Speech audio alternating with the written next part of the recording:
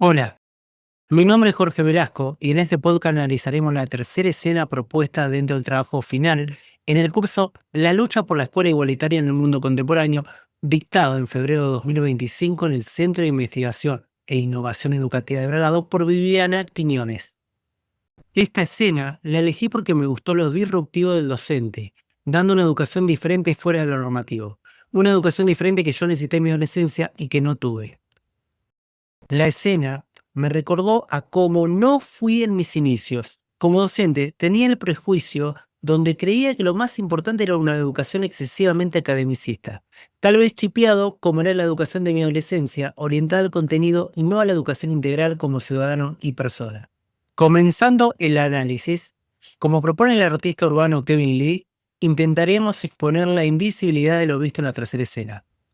Que algo esté invisible no significa que no exista, significa que simplemente no se ve o no se observa.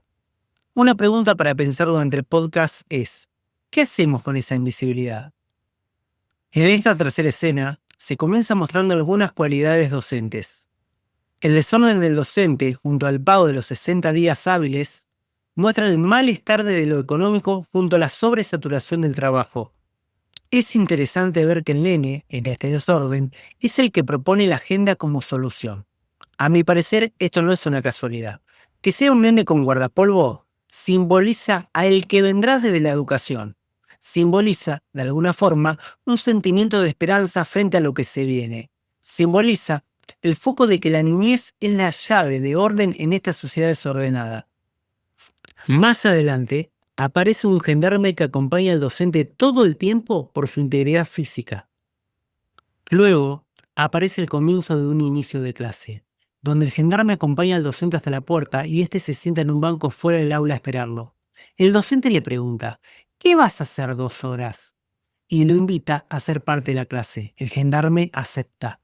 Ya en la clase, el docente explica lo que hace un filósofo, el cual busca generar el amor por el conocimiento. La estudiante, a partir de ese estímulo, pregunta. ¿Como un nene chiquito que pregunta? Esa pregunta es disparadora para el docente y de forma intuitiva se pone en tela de juicio el porqué del gendarme. Una escena simple, pero con muchos matices.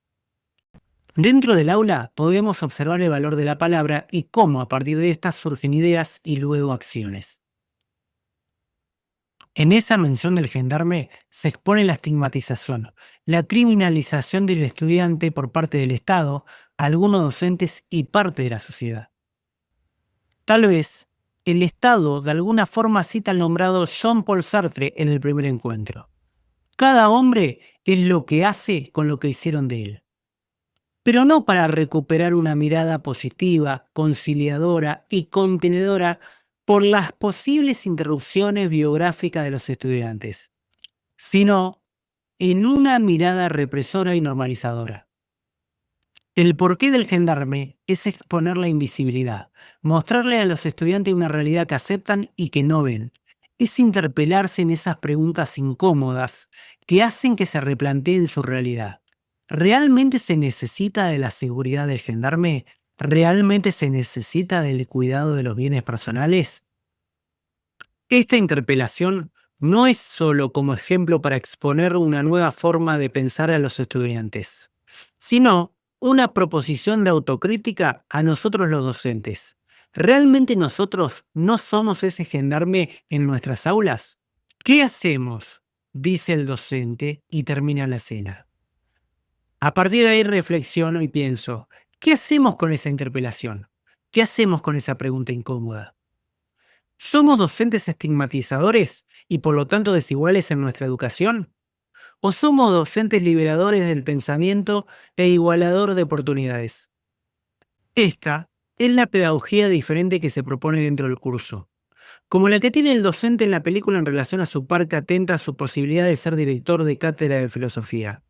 La invitación del gendarme al aula, de alguna forma, busca pensar en invitar al diferente, ser un poco Herminia al ser descontracturado en la normativa, ser creativo a la hora de tomar un ejemplo real tangible para poder expresar su idea de qué es la filosofía, al integrar al gendarme en su ejemplo de exposición de la estigmatización.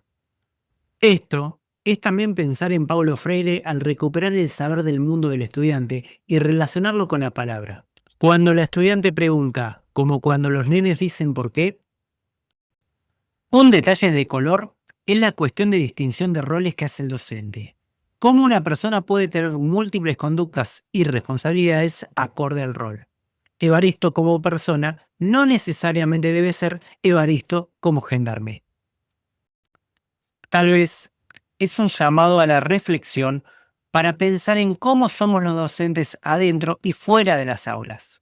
Y cómo somos los docentes en una escuela A y en una escuela B con diferentes realidades socioculturales. El gendarme encierra una interesante reflexión.